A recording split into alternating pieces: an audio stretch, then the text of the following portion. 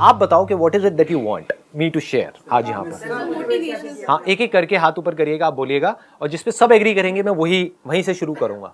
Sir आप यहाँ तक कैसे पहुँचे, your struggle in business life? कि मैं यहाँ तक कैसे पहुँचा, मेरी जो पूरी स्ट्रगल है, क्या क्या किया। ठीक है, दैट इज़ वन। कितने लोग चाहते हैं यही हो, हाथ ऊपर करके बताइए। ठीक है, काफ़ी लोग चाहते हैं कि मेरी जो भी कहानी है, कि जो स्ट्रगल्स है मेरी, राइट, जो भी लाइफ की स्ट्रगल्स हैं बिजनेस से रिलेटेड। कितने चाहते हैं बिजनेस से रिलेटेड हो, कितने चाहते हैं ओवरऑल हो? ओवरऑल हो। मैं कोशिश करूंगा कि जो मेरी कहानी है उसको एज इट इज़ आप लोगों के सामने रखूं। This is what you want, right, जो मैंने आज से पहले कभी भी शेयर नहीं किया है। तो सबसे पहले स्टार्ट करता हूँ मैं स्कूल टाइमिंग से। During my childhood days I was extremely naughty. बहुत ज़्यादा लड़ाई झगड़े, ये वो, मतलब इतनी शैतानियाँ जिसकी कोई हद नहीं है। लेकिन स्कूल में, क्योंकि क्या होता है, स्कूल में जैसी इमेज बन जाती है वैसी बन जाती है। तो जिस स्कूल में मैं था 10th तक, वहाँ पे मेरी इमेज ऐसी बन गई थी कि ये बंदा बहुत ही रिजर्व्ड है और बहुत ही थका हुआ है। मतलब आज जो आप देखते हो उससे बिल्कुल ही ऑपोजिट। कोई फ्रेंड्स नहीं, ना कोई लड़का ना लड़की। एक आध कोई फ्रेंड होता था, वो भी किसी दिन अगर जैसे होता नहीं छुट्टी मार लेता है, या अगर वो मेरे से बात करना बंद कर देता था, किसी और से बात करना शुरू कर देता था, तो I used to feel insecure. अब मेरा क्या होगा? एक ही दोस्त है ले दे करके, अगर वो भी होता नहीं ग्रुप बनने लग जाते हैं, जैसे ही हमारे बीच में कोई तीसरा आता था हम दो लड़के ही थे वैसे, और कुछ भी गलत नहीं था वहां पर हाँ, लेकिन दोस्ती थी। जैसा होता है ना कि एक इनसिक्योरिटी होती है, कि मैं उस पर डिपेंड था पूरी तरीके से, कि अगर लंच ब्रेक में जाना है तो उसके साथ में जाना है, उसके साथ में हंसी मजाक। हमारी एक ट्यूनिंग थी कि मेरे जोक वो समझता था, उसके जोक मैं समझता था, ऐसे करके। मतलब हमारे कुछ कोड वर्ड्स होते थे जो हम एक दूसरे के समझते थे। जैसे बताऊं या नहीं ये बातें?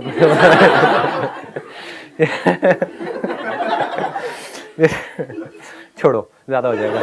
हाँ तो अरे नहीं यार, वो छिछोरा शो करोगे। जैसे हमारा एक कोड वर्ड था, वो देखेगा दोस्तों हंसेगा। जैसे कोई, मतलब जैसे कोई लड़की हमको अच्छी लगती थी, बात तो होती नहीं थी ना उसकी ना मेरी, मतलब हम दोनों ही थके हुए से थे, बिल्कुल ही अलग अलग रहते थे साथ साथ में। तो ऐसी कोई निकलती थी तो चुपचाप मुंह नीचे कर लेते थे और एक दूसरे को बोलते थे, ओए नाग ओए। कोड था। नाग बोलते थे, क्यों क्या पता नहीं। एनी हाउ, अगर कभी जैसे उसने बिना बताए छुट्टी कर ली, तो मैं इतना इनसिक्योर हो जाता था कि अकेले जा करके छुप के, हमारे स्कूल में पीछे एक जगह होती थी, वहाँ पर जा करके बैठ के अकेले में लंच करता था। क्योंकि अगर सबके पास में आता था तो लोग बोलते थे यार क्यों चेप हो रहा है। जैसे सबके अपने अपने ग्रुप बने होते हैं ना, तो ऐसा लगता था मेरे को खुद को ही कि मैं ज़बरदस्ती क्यों चेप हो रहा हूँ उनके पास पे जा करके। या फिर वो लड़ाई झगड़ा करना शुरू कर देते थे, थोड़ा उल्टा बोलना शुरू कर देते थे। तो ऐसी मेरी पर्सनैलिटी थी 10th तक। मतलब आप आइडिया लगा सकते हो, राइट, कि हाइट ऑफ लोनलीनेस। और मैं अब सेशंस करता हूँ how to overcome loneliness. So ironical, right. इतना ज़्यादा अकेला था, लेकिन लड़ाई झगड़े में नंबर 1 था। मतलब 10th तक खूब लड़ाई झगड़े हुए हैं। अकेला लड़ता था, सामने 5-10 लोग होते थे, वो मिल करके मुझे मारते थे। तो खूब पिटा हूँ, पिटा भी है, पिटा ज़्यादा हूँ। तो 11th में जो टर्निंग पॉइंट की आपने बात करी कि भाई टर्निंग पॉइंट क्या था, तो 11th standard was the biggest turning point of my life. क्योंकि 10th में मुझे समझ आ गया था कि इस स्कूल में अगर मैं रहा तो मेरा कुछ होने वाला नहीं है। तो मैंने डिसीजन लिया स्कूल चेंज करने का। एक बड़ा मज़ेदार सा किस्सा है यहाँ पर, जो मुझे बाद में पता लगा था, उस टाइम नहीं पता लगा था। जब मैं एडमिशन के लिए गया था रिसेप्शन पे उस स्कूल में, तो अभी जो मेरी वाइफ है उसने मुझे देखा था, और उसने मन ही मन सोचा था कि अगर ये आ गया हमारे स्कूल में तो मज़ा आ जाएगा। लेकिन ये बात मुझे पता नहीं थी। अगर पता होती तो मुझे इतनी स्ट्रगल नहीं करनी पड़ती 1-1.5 साल तक। तो ये मुझे बहुत बाद में पता लगी। तो वो हमारा पहला कांटेक्ट था, मतलब जब उसने मुझे देखा था, मैंने उसे नहीं देखा था। फिर जब मैं स्कूल में गया और मेरा पहला दिन था, तब जब मैंने भी उसे देखा तो मेरे भी अंदर से कुछ ऐसी ही फीलिंग हुई, काश के व्हाटएवर। लेकिन फिर मैंने कहा नहीं, मेरी औकात से बहुत ऊपर है तो क्योंकि मेरी जो सेल्फ एस्टीम थी वो बहुत ही लो थी। मतलब मैं खुद को इतना गया गुजरा समझता था, इतना बेवकूफ़ समझता था जिसकी कोई हद नहीं है। कि मेरी जो पॉजिटिव क्वालिटीज भी थी कुछ ना कुछ, सब में पॉजिटिव नेगेटिव होता है ना, वो भी मुझे नेगेटिव लगती थी। कि मेरे बाल अभी तो थोड़े ब्लैक से दिख रहे हैं आपको, उस टाइम पे काफ़ी ब्राउन होते थे और बड़े से ऐसे फ्लिक निकलता था ये करके, ये ऐसे ऐसे वो बड़े बड़े बाल चलते थे व्हाटएवर। तो वो भी मुझे बड़ा अजीब सा लगता था। मैं जेन्युइनली अंदर से सोचता था, जैसे स्कूल की लाइन होती थी ना वहाँ पहले वाले स्कूल में, 10 तक कि भाई मेरे बाल ब्राउन क्यों हैं, शायद इसीलिए मेरे से कोई बात नहीं करता है, कि सबके ब्लैक है मेरे ब्राउन है, मैं इतना फेयर क्यों हूँ, मैं बहुत ज़्यादा फेयर था, अभी भी हूँ, लेकिन आप लगा सकते हो आइडिया कि पहले तो और भी ज़्यादा था, तो कितना ज़्यादा होगा। तो मैं सोचता तो मैं इतना फेयर क्यों हूँ, काला क्यों नहीं हूँ। तो मैं बड़ी कोशिश करता था काला होने की, लेकिन हो नहीं पाता था, पता नहीं क्या डिफेक्ट था स्किन के अंदर या वट एवर। तो आप समझ रहे हो ना मैं क्या कह रहा हूँ, कि मेरी जो पॉजिटिव क्वालिटीज़ भी थी वो भी मुझे नेगेटिव लगती थी, इतनी सेल्फ एस्टीम मेरी लो थी। तो मेरे माइंड में यही आया, मैंने कहा यहाँ तो कुछ होने वाला है नहीं। But somehow or the other we became friends।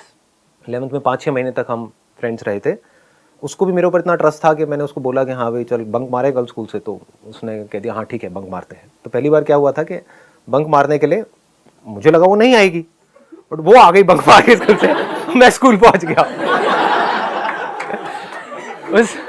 उस गली का नाम आज भी हमने रखा हुआ है 7 से 7:30 वाली गली। सुबह 7 से 7:30 बजे तक वो वहां पर अकेली बेचारी भटकती रही, फिर वो अपने घर चली गई। तो मतलब इतना अजीब सा एक सिचुएशन हुआ था, क्योंकि मेरे को विश्वास नहीं था, वी वर जस्ट फ्रेंड्स।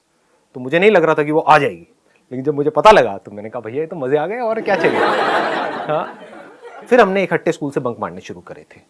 अब ये मैं बता तो रहा हूँ आप लोगों को, लेकिन ये अब वैसे स्कूल से तो आप लोग निकल चुके हो। हाँ, तो जो स्कूल में है उन बच्चों को मैं कहना चाहूँगा ऐसा कुछ मत करिए प्लीज़। हाँ, तो मेरा 11th तो ऐसे ही निकला। 12th स्टैंडर्ड में क्या हुआ कि मेरे अंदर से एक पढ़ने का मेरे अंदर एक कीड़ा आ गया। मैंने बताया भी था अपने एक सेशन में, पावर ऑफ फोकस वाले सेशन में क्या हुआ था। अपने फ्रेंड के साथ में सिगरेट विगरेट बहुत पीता था, तो सुट्टा मार रहा था और ये वो बातें हुई और ऐसे करके तो अंदर से आ गया कि नहीं यार मेरे को पढ़ना है। तो उस टाइम पे फिर 12th में मैंने पूरा अपना फोकस डाल दिया पढ़ाई के ऊपर, और उसकी वजह से मेरा और इसका रिलेशन थोड़ा थोड़ा ख़राब होने लग गया, क्योंकि ये कहती कि अच्छा पढ़ाई ठीक है पढ़ लो, लेकिन ये थोड़ी कि मुझे बिल्कुल ही तुमने छोड़ दिया।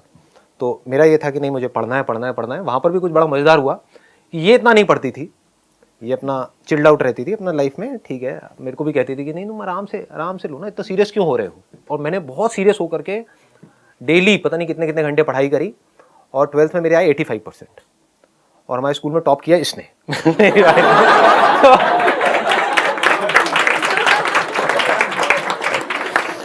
और तब भी मेरी बड़ी ईगो हर्ट हो गई थी। ये बड़ा अजीब सा कैरेक्टर था उस टाइम पे। मैंने कहा ये क्या हुआ है, तूने बताया भी नहीं कि तू इतना पढ़ रही है। और वो पढ़ाई में इतनी एक्स्ट्राऑर्डिनरी थी भी नहीं। मतलब 11th में क्या हुआ था, उसकी 2 सब्जेक्ट्स में कंपार्टमेंट आ गई थी। ऑल्दो पढ़ाई में अच्छी थी, लेकिन हमारा जो अफेयर था वो फैल गया था पूरे स्कूल में, प्रिंसिपल तक और यहाँ वहाँ।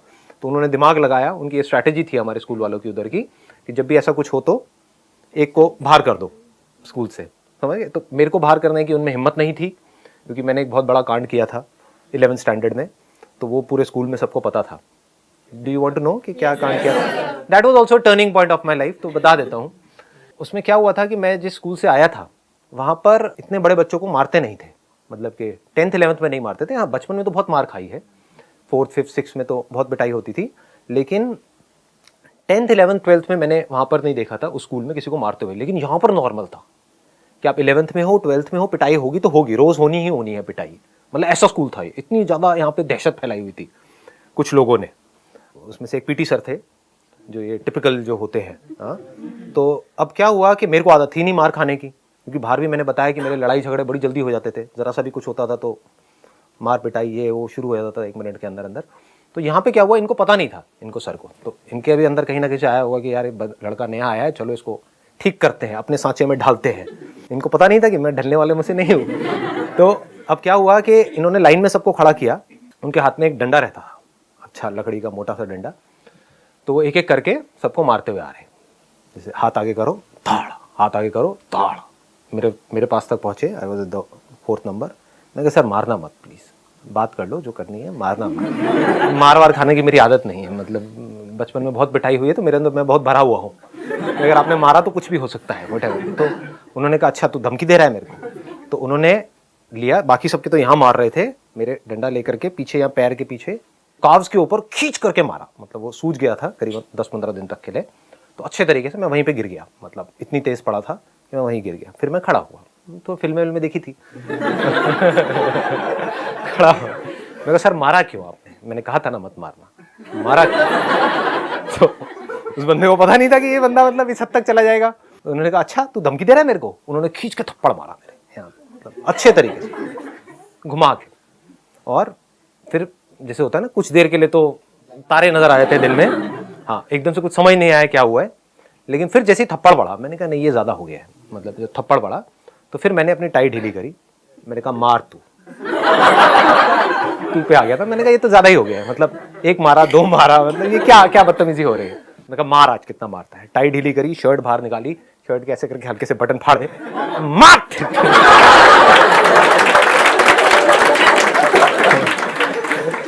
तो अभी मैं बहुत धीरे बोल रहा हूँ, बट आप इमेजिन कर सकते हैं मैंने कैसे बोला होगा स्कूल के ग्राउंड में। और भी जो स्टैंडर्ड के जैसे 12th के और थे लड़के लड़कियां, वो आ गए, एकदम से सारी भीड़ आ गई, मतलब सब लोग देख रहे हैं कि क्या हो रहा है। और बहुत तेज मैं बोल रहा था, मतलब बहुत ज़्यादा एक लाउड वॉइस में, मार तो कितना मारेगा। और फिर मैंने देखा, मैं भी यहाँ से कांप रहा था, क्योंकि हालत तो पिटाई के बाद में अपने आप ही बॉडी कांपने लग जाती है, ऊपर से गुस्से से बॉडी कांपने लग जाती है। सामने मैंने देखा तो सर भी कांपने लग गए। तो मेरा कॉन्फिडेंस और बढ़ गया, मार ना तो सोच क्या रहा है, देखता हूं आज कितना मार, निकाल अपनी पूरी भड़ास, ऐसे करके मतलब पूरा तगड़ा सीन क्रिएट हो गया। इतने में जो उसके जो सीनियर सर थे, पीटी सर 2 थे, वो आए मेरे पास में, कहते अरे संदीप रिलैक्स रिलैक्स रिलैक्स, पानी पियो। मैं कहा क्या पानी। और छोड़ा हो गया। लेकिन जब मैंने उनके साथ ऐसा किया तब मुझे अंदर से लगा बेटा तू तो गया, ये अब थोड़ा ज्यादा हो रहा है। मैं कहा सर देखो ना क्या क्या, थोड़ा सा संभाल लिया था क्योंकि अंदर से तो मेरी हालत टाइट हो गई थी। मैंने कहा बेटा ये बहुत बड़ा रायता फैला दिया तूने, अब तू गया। लेकिन हैविंग सेड दैट, कहीं ना कहीं ये कॉन्फिडेंस भी था कि नहीं यार जो उसने किया, बंदे ने मारा तो है ही, और मारना अलाउड नहीं है, ये उस टाइम पे वैसे कॉमन था, लेकिन फिर भी अंदर से था। तो सामने वाला बंदा भी डर गया। फिर थोड़ी देर में वो सर आए, उन्होंने मेरे को रिलैक्स किया, इधर से दोस्तों ने रिलैक्स किया, ये किया वो किया। फिर थोड़ी देर में वो सर आए जिनके साथ में ये सब कांड हुआ था, उन्होंने भी आके बोला सॉरी संदीप ये वो व्हाटएवर, ऐसी अपनी उनकी आवाज़ थी बड़ी फनी सी। सॉरी आज के बाद ऐसा कुछ नहीं। सर कोई नहीं सर, क्या हो गया सर, हो जाता है, आई अंडरस्टैंड, कोई बात नहीं सर। सर संदीप देख लो कुछ है तो नहीं ना तुम्हारे मन में, तो नहीं। मैं मेरे मन में क्या होगा सर, कोई नहीं, मेरा तो जो होना था सो हो गया। उसके बाद में जैसे से ऊपर गया पूरे स्कूल में बात फैल गई थी। तो I became an overnight, what do you call it, as a hero और a super hero of that particular school. जहां भी जाता था और देखो वही। और बात क्या हो गई, मैंने मारा नहीं था सर को, लेकिन सब कह रहे थे इसने सर को मारा है, सर को मारा है। बात फैल गई, जबकि मैंने मारा नहीं था, मेरी तो खुद की हालत टाइट थी। मैंने कहा यार ये क्या हो गया, एनी हाउ। तो लेकिन बात ऐसे फैल गई कि ये वही लड़का है जिसने सर को मारा, इससे थोड़ा बच के रहना, व्हाटएवर, ऐसे करके। तो वैसा एक माहौल बन गया था। तो I think, I may be wrong, but I think इस वजह से मुझे 11th में पास कर दिया, क्योंकि लोगों को लगा कि ये तो भैया पागल है, ये पता नहीं क्या करेगा, कहीं स्कूल के बाहर जाकर के सर को मैडम को ना पकड़ ले, व्हाटएवर। कहीं ना कहीं डरते तो वो भी है, राइट, उनके अंदर भी डर होता है। तो उन्होंने मुझे पास कर दिया, लेकिन मेरी उसको फेल कर दिया, मतलब उसकी 2 में कंपार्टमेंट आ गई। इसके बाद सीधा ही क्या हुआ कि 12th में टॉप किया किसने, अगेन मेरी वाइफ ने, और उसका नाम 10 साल तक वहाँ पे स्कूल के वहाँ पे लिखा रहा। तो एक तरह से देखा जाए तो स्कूल के ऊपर भी एक बहुत बड़ा एक क्वेश्चन मार्क है कि 11th में जिसकी कंपार्टमेंट आई थी वो she was the topper of that particular school in that particular year. तो ये थी 12th तक की कहानी। अब 12th में क्या हुआ कि 9th-10th में ही मेरे घर की हालत ख़राब होनी शुरू हो गई थी फाइनेंशियल लेवल पे, और 11th-12th में तो बहुत ही ज़्यादा ख़राब थी। तो 12th में कहीं ना कहीं मेरे ऊपर एक प्रेशर भी था कि मेरे को जल्दी से जल्दी कुछ करना है, as far as making money is concerned. पैसा भी कमाना है और जल्दी से अपने आप को कुछ करना है, मतलब ये नहीं पता था क्या करना है क्या नहीं। तो 12th में जो मैंने पहला काम किया वो था कि 12th से निकलते ही मैंने एक हेल्पलाइन खोली थी। अब ये आप लोगों को पता नहीं होगा किसी को भी, क्योंकि मैंने इस सब के बारे में बात नहीं करी, और मैं कोशिश करूँगा वही पॉइंट्स यहाँ पर टच करने की जो किसी को पता नहीं है अभी, जो मैंने किया नहीं। तो मैंने पैम्फलेट छपवाए 2500 रुपये के, उसमें था what to do after 10+2 question mark. और वो एक हेल्पलाइन थी कि अगर आपने अभी 12th पास करी है और आप जानना चाहते हैं आगे क्या करियर चूज़ करना है, तो आप यहाँ पे फ़ोन कर सकते हैं। मैंने अपने घर का लैंडलाइन नंबर दिया था, और आप पूछ सकते हैं सर से कि संदीप सर से कि हमें क्या करना चाहिए। और वो संदीप सर कौन है, वो खुद 12th पास है। तो मैंने क्या किया था, इस तरह की जो और हेल्पलाइंस थी या जो और करियर काउंसलर्स थे वहां पर गया, क्योंकि जुगाड़ू तो मैं शुरू से ही रहा हूँ। तो वहां पर गया, उनसे जा करके सारी इंफॉर्मेशन ले ली, वो लिख लिया, सारा बना लिया, अच्छे से रट लिया। तो कोई भी फोन आता था तो बड़े कॉन्फिडेंस से बात करता था। लेकिन कई बार हो जाता था वो एंड में पूछते थे सर आपने क्या किया, आपको इतनी नॉलेज है। मैंने कहा अभी 12th के एग्जाम दी है। उसके बाद बड़ी गालियां पड़ती थी, क्योंकि मैं झूठ नहीं बोल सकता। मतलब अगर कोई पूछेगा तो मेरे को सच बोलना है, घुमा फिरा करके नहीं, सीधा बोल देता था। लेकिन हुआ क्या, यहाँ पे 2500 रुपये मैंने लगाए थे। इसका बिजनेस मॉडल मेरा ये था, आइडिया ये था कि यहाँ से मैंने एक इंस्टीट्यूट में टाइप कर लिया। एक इंस्टीट्यूट मैंने ज्वाइन किया था NIS के नाम से, national institute of sales and marketing. अब मुझे पता नहीं वो है या नहीं है। मुझे था कि जल्दी कुछ करना है, मेरे अंदर पेशेंस नहीं है शुरू से ही, पता नहीं क्यों। मतलब जैसे लोगों में होता है ना, बड़ा पेशेंस होता है कि मैं पहले 3-4 साल तक ये पढ़ूंगा, फिर मैं ये करूंगा, फिर मैं ये, मेरा होता है कि नहीं अभी करना है। 12th से निकला हूं, मेरे को ये नहीं था कि अब 3 साल करके फिर MBA करना है, मुझे था कि अभी करना है MBA। तो MBA के इक्विवेलेंट ऐसा क्या है जिसको अभी किया जा सकता है? तो उस टाइम पे मुझे NIS नजर आया, which was a private institute, but उसका करिकुलम बड़ा इंटरेस्टिंग था, तो मैंने सारा समझा और वहां पे एनरोल कर लिया। तो वहां पे जब मैंने एनरोल किया तो वैसे ही उन्होंने मेरे को आइडिया दिया कि अगर आप किसी को रेफर करते हो तो आपको 20% मिलेगा। तो वहां से हेल्पलाइन वाला आइडिया आया। बहुत सारे फोन आए, बहुत लोगों से बात करी, उसमें से फाइनली एक बंदे ने ज्वाइन कर लिया था। तो वहां से मुझे 4,500 रुपये मिले थे, क्योंकि उसने 6 महीने का ज्वाइन किया था। तो 2,500 लगाए और 4,500 रुपये कमाए। किसने? 18 साल के लड़के ने, जिसने अभी 12th के एग्जाम्स दिए थे। तो ये था मेरा पहला एक्सपीरियंस। अब इसको क्या होता है, हम लाइफ में क्या करते हैं, हमेशा इमीडिएटली देखते हैं चीज़ों को कि इसका मुझे क्या फ़ायदा है, क्या नुकसान है। तो आप क्या कहोगे, अच्छा इसमें इसका मतलब 2,500 लगाए और 4,500 रुपये आए, मतलब 2,000 रुपये कमाए। 2,000 नहीं कमाए, यहाँ से मैंने एक एक्सपीरियंस कमाया। उस एक्सपीरियंस की क्या वैल्यू है? दैट इज सो प्रेशियस, जिसकी कोई लिमिट ही नहीं है। बात करना आ गया ना लोगों से, कॉन्फिडेंस बढ़ गया ना। सोचो मेरा कॉन्फिडेंस कितना बढ़ गया होगा उस टाइम पे कि 12th में हूँ और 12th वालों को ही बता रहा हूँ। मतलब एक अलग ही किक आती है ऐसी हरकतें करने में। समझ रहे हो ना?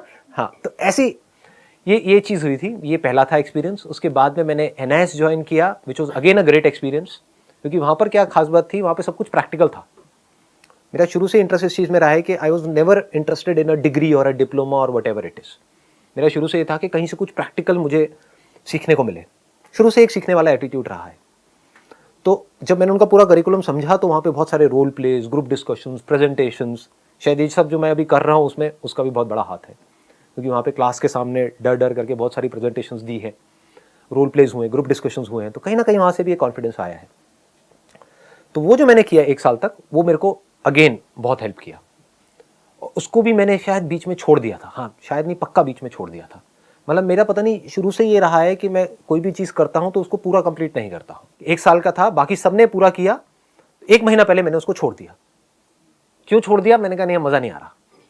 जबकि बाकी सबका एटीट्यूड क्या था, क्योंकि वो सब कर रहे थे डिप्लोमा के लिए कि चलिए यार कंप्लीट करते हैं, कभी फ्यूचर में जॉब करनी पड़ी तो काम आएगा। मेरा ऐसा माइंडसेट था ही नहीं।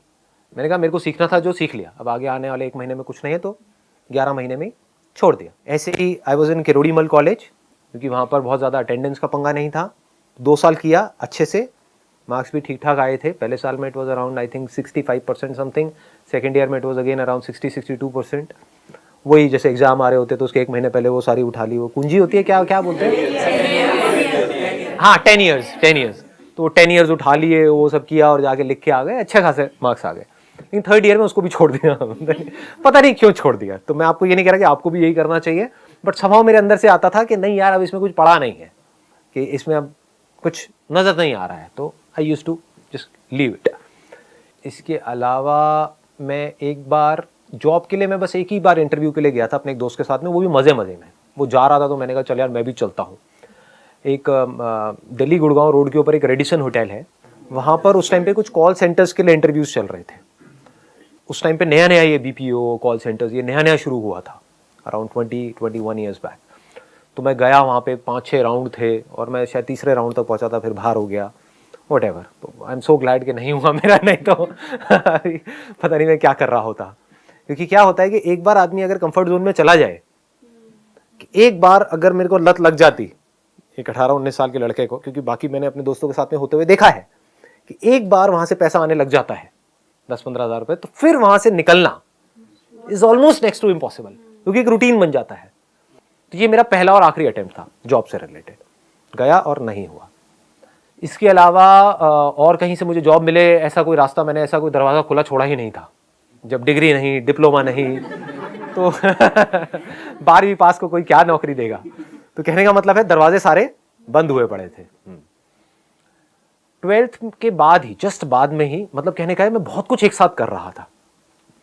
12th के जस्ट बाद में ही मैंने एक multi level marketing company join करी थी, और वहाँ पर मैंने बताया भी ऐसे एक्सपीरियंस के बारे में पहले, तो ज़्यादा डिटेल में नहीं बताऊंगा, शॉर्ट में बोल के आगे बढ़ जाऊंगा। वहाँ पर स्टेज पे देखा लोगों को बोलते हुए, प्रेजेंटेशंस देते हुए, तो कहीं ना कहीं शायद तभी से मेरे अंदर ये डिज़ायर आ गया था कि मुझे भी कभी कुछ ऐसा करना है। तो ये जो अभी हो रहा है उसमें कहीं ना कहीं वो भी सीड है। I use to sit in an audience of around say 300 people, 500, 1000 people, and used to see somebody talking about something on stage कि ये वो वट और प्लस पैसे के मामले में भी दिमाग वहाँ से खुल गया था। 20-21 साल के लड़कों से मैं मिल रहा था वहाँ पे, मतलब होता था ना, एक अपलाइन होती थी, डाउन लाइन होती थी, वट जिनको पता है मल्टी लेवल मार्केटिंग के बारे में, तो वो मिलवाते थे कि देखो ये तुम्हारे जैसा ही है। तो कहीं ना कहीं दिमाग में ये आ गया था कि मैं भी कर सकता हूँ। सो ये आना बहुत ज़रूरी होता है, क्योंकि जहाँ मैं ये सोच रहा था कि कहीं से 10-15 हज़ार रुपये भी आ जाए तो बहुत है, जहाँ ये सोच थी वहाँ पर ये आ गया था कि हाँ 1-1.5 लाख रुपये कोई बड़ी बात नहीं है, कमा लूँगा, ऐसे कमा लूँगा। तो वो किया, लेकिन वहाँ पर फेल हो गया। वहाँ पर एक बंदे को मैंने अपने साथ में ज्वाइन कराया था, उसके बाद में घर वालों ने इधर उधर बड़ी धजिया उड़ाई थी कि भाई वटेवर, क्योंकि बातें बड़ी बड़ी कर दी थी मैंने ऑलरेडी, और बहुत ज़्यादा बड़े लेवल पे करी थी, स्पेशली अपने रिलेटिव्स के साथ में। जो मतलब यहाँ से मैंने ये सीखा है, और अगर आप मेरे से जानना चाहो तो कभी भी अपने से जो बड़े हैं उनसे ज़्यादा बड़ी बातें मत करो, क्योंकि वो बहुत लेते हैं। उनको आप माँ बहन की गालियाँ दे करके चुप नहीं करा सकते ना, जो रिलेटिव्स हैं, तो वहाँ पर चुप ही रहो। तो वो किया। उसके बाद में साथ में KM के अंदर, दैट इज़ केरोड़ी मल कॉलेज, जहाँ पर मैं था, वहाँ पे कुछ फैशन शोज़ करे एज अ मॉडल। ये KM में साथ में चल रहा था मॉडलिंग का, उधर से मल्टी लेवल मार्केटिंग चल रही थी। मल्टी लेवल मार्केटिंग कंपनी से जब मैं निकला, उसका नाम नहीं बताऊंगा, लेकिन जब उस कंपनी से निकला at the age of 18 years, तो वहाँ पर एक लिक्विड सोप करके एक प्रोडक्ट होता था। तो मेरे माइंड में आया कि यार मैं खुद ही बना दूंगा लिक्विड सोप, क्या बड़ी बात है। मतलब वो 400-500 रुपये का था वो लिक्विड सोप की जो डब्बा था, तो मैंने खुद अपनी एक लिक्विड सोप मैन्युफैक्चर करी in the range of around 10-15 रुपये की रेंज में, जिसकी कॉस्ट मुझे आती थी 5 रुपये के आसपास। तो दिल्ली में एक जगह है घंटा घर करके, तो मैं वहाँ पर गया। वहाँ पर कुछ पाउडर्स होते हैं, कुछ केमिकल्स होते हैं, उनको अगर हम मिलाते हैं और उसमें पानी मिलाते हैं और घोलते हैं तो एक बड़ी अच्छी एक लिक्विड सोप तैयार हो जाती है। तो मुझे लगा कि इसमें इन दोनों प्रोडक्ट्स में फ़र्क ही क्या है, कि वो 400 रुपये का है और ये 10 रुपये का है, इसमें फ़र्क ही क्या है। तो मैंने अपने आसपास में जाकर के बेचना शुरू कर दिया। तो अपने फ्रेंड्स को, रिलेटिव्स को, अपनी गर्लफ्रेंड को वैलेंटाइन डे में फूलों के साथ में लिक्विड सोप बहुत काम आएगी आपकी, फर्श साफ करना इससे अपने घर का आप। तो कहने का मतलब that was a multipurpose liquid soap. ये मैंने इन्वेंट करी थी, ये जो लिक्विड सोप है उसके कुछ टेस्ट कराए देखने के लिए कि जो मैंने बनाई है लिक्विड सोप और वो जो 400 रुपये वाली उसमें क्या फ़र्क है, कुछ सर्टिफिकेशंस आएंगे वो। तो कहने का मतलब बड़ा डीपली इसके अंदर गया, बहुत कुछ किया, बहुत लोगों से मिला करा, लेकिन ये भी फेल हो गया, चला नहीं। इसमें भी मजाक खूब उड़ा, फ्रेंड्स में, रिलेटिव्स में, आ गया लिक्विड सोप वाला, आ गया लिक्विड सोप वाला आ गया तो लेकिन सीखने को बहुत कुछ मिला। मैंने कोई भी बड़े पंगे नहीं लिए लाइफ में। अगर आप ध्यान से मेरी लाइफ को ऑब्जर्व करोगे, बड़े पंगे इन द सेंस कि कोई भी ऐसा पंगा जहां पर के बहुत ज्यादा पैसा इन्वेस्ट कर दिया हो या एकदम से सड़क पे आ जाओ। धीरे धीरे छोटे छोटे पंगे। जो multi level marketing company join करी, वहां पे 4-5 हज़ार रुपये लगे थे, तो that was not a big risk. 2,500 रुपये में पैम्फलेट निकाले थे, व्हाट टू डू आफ्टर 10+2, तो वो भी कोई ज़्यादा मेजर नहीं था। लिक्विड सोप बनाई घंटा घर में जाकर के, इसमें भी कोई खास खर्चा नहीं, 500-700 रुपये लगे थे, प्लस बस में आना जाना 10-10 रुपये की टिकट, तो आप अगर लगाओ तो 1,000-1,500 रुपये उसमें लगे थे। तो कहने का मतलब छोटे छोटे पंगे लेता चला गया। हाँ, पढ़ाई के लिए क्योंकि मेरे को बहुत ज़्यादा अपनी तरफ अट्रैक्ट कर रहा था NIS का, तो वहाँ पे एक मेजर इन्वेस्टमेंट हुई थी जो मैंने घर वालों से पैसे लिए थे। दैट वाज अराउंड 50,000 जो वो कोर्स किया था, but that was worth it. मतलब वहाँ से जो सीखा प्रैक्टिकली, दैट इज़ अमेजिंग, जो मुझे आज पता है कि वो क्या है, उसकी जो वैल्यू है। एनीहाउ, फिर मैंने अपने एक दोस्त का पोर्टफोलियो देखा जो KM में मेरे साथ में था, वो भी एज अ मॉडल, उसने अपना कहीं से फोलियो बनवाया था। तो that was something very interesting. तो that's how I got into photography. और फिर फोटोग्राफी में मैंने शुरू में बहुत फ्री के शूट्स करे, अपने दोस्तों के, फ्रेंड्स के, इनके उनके, पकड़ के आजा भैया, तू भी आजा, तू भी आजा, तू भी आजा, तू भी आजा, बच्चा बड़ा बूढ़ा किसी को नहीं छोड़ा। मतलब जो भी मिल जाता था कि भाई मैं तैयार हूँ कराने के लिए, तो आज आप तू बस, और छोड़ता नहीं था उसको। मतलब ये नहीं कि अगर मैं फ्री में कर रहा हूँ तो बस उसका किया फटाफट से और छोड़ दिया, नहीं। मतलब अगर वो सुबह आया है मेरे पास में, जब तक वो रो नहीं पड़ेगा, मतलब जब तक शाम नहीं हो जाएगी, शाम भी क्या, रात नहीं हो जाएगी, शाम इज अ रॉन्ग वर्ड, रात नहीं हो जाएगी, क्योंकि शाम तक भी क्या होता था, हल्की हल्की लाइट आ रही होती थी। जैसे हमारे घर के पास में एक छोटा सा एक पार्क था, वहां पर एक फाउंटेन सा बना हुआ था जो चलता नहीं था, पूरा गंदा सा था। वो मेरी बड़ी अच्छी जगह थी क्योंकि वहां पे एक लाइट लगी हुई थी, तो वहां पे अंदर फाउंटेन में ले जाकर के बंदे को बिठा देता था, लाइट के पीछे से उसकी हल्की सी शक्ल, भयानक फोटोग्राफ्स, मतलब वो दिख रही होती थी, लेकिन तब तक भी थोड़ी थोड़ी फोटो आ रही होती थी, तो छोड़ता नहीं था उसको मैं। मतलब सुबह बुलाता था और शाम तक लगा रहता था। कहने का मतलब था I was too passionate about what I was doing photography, and I was making close to around 25,000-30,000 rupees in a month. मतलब नेट आप कह सकते हो 20-25 हज़ार रुपये यहाँ से फोटोग्राफी से कमा रहा था, इतना काम चल गया था। फिर उसके बाद में एक और मल्टी लेवल मार्केटिंग कंपनी आई, वो मेरा एक फ्रेंड आया, उसके साथ में मैं गया, कहीं ना कहीं कीड़ा तो था ही। वो थोड़ा और बड़े लेवल की थी, वो बंद हो गई थी, उसका नाम मैं ले सकता हूँ, जापान लाइफ नाम से थी। तो वो उस टाइम पे बहुत चलती थी, मतलब वहाँ पे ज्वाइनिंग जो थी दैट वाज अराउंड 70,000 रुपीज़ की ज्वाइनिंग, और वहाँ पे गेम भी बहुत बड़ा था, मतलब इट वाज लाइक बहुत बड़े लेवल पे थी वो जो कंपनी थी। तो फिर मेरे पास में इतने पैसे नहीं थे, तो उसमें से कुछ पैसा तो जो बंदा मेरे को ले करके गया था उसने डाले, कुछ मैंने अपना कैमरा बेचा, थोड़ा बहुत इधर उधर से पैसा लिया, ये लिया वो गया करके उस कंपनी के अंदर घुस गया। वहाँ पर 11 महीने के अंदर अंदर मैं एक ऐसे लेवल पे आ गया जिसको बोलते हैं डायरेक्ट डिस्ट्रीब्यूटर, मतलब डीडी एक लेवल होता है, वहाँ पे लेवल्स होते हैं। तो मेरा एक नेटवर्क बन गया था करीबन 125 लोगों का, and I was making close to around 1 से 1.25 लाख रुपए महीने का at the age of 20 years. लेकिन अंदर से आया कि नहीं अपनी खुद की कंपनी खोलनी मल्टी लेवल मार्केटिंग कंपनी, तो मैंने वहाँ से रिज़ाइन कर दिया। तो इस डिसीजन को सुन करके घर वाले थोड़ा घबरा भी गए थे। सबकी सजेशन यही थी कि इतनी आफत क्या है, 4-5 महीने बाद कर दियो रिज़ाइन, समझ रहे हो ना, कि मतलब इतना काम किया है तो 11 महीने में रिज़ाइन करने की क्या ज़रूरत है, मतलब you can wait for another 5-6 months, तो 6-7 लाख रुपए वहाँ से आ जाएगा, तो कुछ होगा पैसा, फिर रिज़ाइन कर दियो। मैं कहा नहीं, अब मेरे अंदर से आ रहा है कि मुझे तो अब यहाँ पर मज़ा नहीं आ रहा है, there is nothing more here, यहाँ पर जो मुझे नहीं लग रहा कि यहाँ पे कुछ और हो सकता है। तो वहाँ से रिज़ाइन किया और फिर अपनी एक मल्टी लेवल मार्केटिंग कंपनी खोली 3 लोगों के साथ पार्टनरशिप में। सेल वाइज देखा जाए तो बहुत सक्सेसफुल हुई वो कंपनी, लेकिन जब वो कंपनी बंद हुई तो मेरे हाथ में 1 रुपये भी नहीं आया, जो लगाया था वो भी गया, because of some differences in the partnership which I don't want to disclose here. उसके बाद में मैंने वहाँ से जब निकला तो मैंने अपनी बुक लिखी नेटवर्क मार्केटिंग के ऊपर, वो आपने देखा होगा सेमिनार के अंदर, उल्टी किताब, वो भी फ्लॉप हो गई, उसका भी कुछ नहीं हुआ। फिर वापस से मेरा एक बहुत पुराना एक फ्रेंड है, अपना कहीं से फोलियो बनवा करके लाया, तो उसका मैंने फोलियो देखा करा, तो वापस से याद आया कि अरे मैं तो फोटोग्राफर हूँ मैं बैठ करके दुखी क्यों हो रहा हूँ। फिर मैंने वापस से कैमरा खरीदा और वापस से कुछ लाइट्स वगैरह खरीदी, और बेसिक ही अपने घर में ही अपने कमरे में, टॉप फ्लोर पे मेरा एक कमरा था, उसी में मैंने सारे बेड हटा के और हल्का सा बैकग्राउंड लगाया, 2 लाइटें लगाई और कैमरा लिया और शुरू। तो वापस से I started making 30-40,000 rupees a month. लेकिन फिर उसमें एक लेवल पे आकर के अटक गया, तो फिर उसके बाद में मैंने वर्ल्ड रिकॉर्ड के लिए ट्राई किया और वर्ल्ड रिकॉर्ड बन गया फोटोग्राफी के अंदर। उसको मैं बहुत ज़्यादा डिटेल में नहीं बताऊंगा क्योंकि वो मैं आई थिंक बता चुका हूँ लास्ट लाइफ चेंजिंग सेमिनार में, तो मैं वहाँ से आगे बढ़ जाता हूँ। And I became the busiest photographer, I will not से द बेस्ट फोटोग्राफर क्योंकि मेरे से बहुत अच्छे फोटोग्राफर्स बैठे थे वहाँ पर, but I became the busiest photographer in terms of the number of portfolios that I was doing. मतलब बहुत सक्सेसफुल हो गया वहाँ से, और आप कह सकते हो बहुत ही कम टाइम में बहुत तेज़ी से वहाँ पे मैं ग्रो करता चला गया। लेकिन फिर अंदर से आया कि नहीं, अब ये मज़ा नहीं आ रहा है ना। जब पीक पे था वो काम, मतलब उससे बेटर कुछ हो नहीं सकता। दिल्ली के आप कह सकते हो we were the top agency in Delhi, तो that was again a big shock for everybody. ये क्या बदतमीजी है ये काम जहाँ पर इतना कुछ आ रहा है। तो ऐसे ही मेरे डिसीजंस होते हैं, मतलब ओवरनाइट मैंने कहा कि नहीं ये बंद हो रहा है, तो वो बंद कर दिया, स्टॉक शूट करने शुरू कर दिया।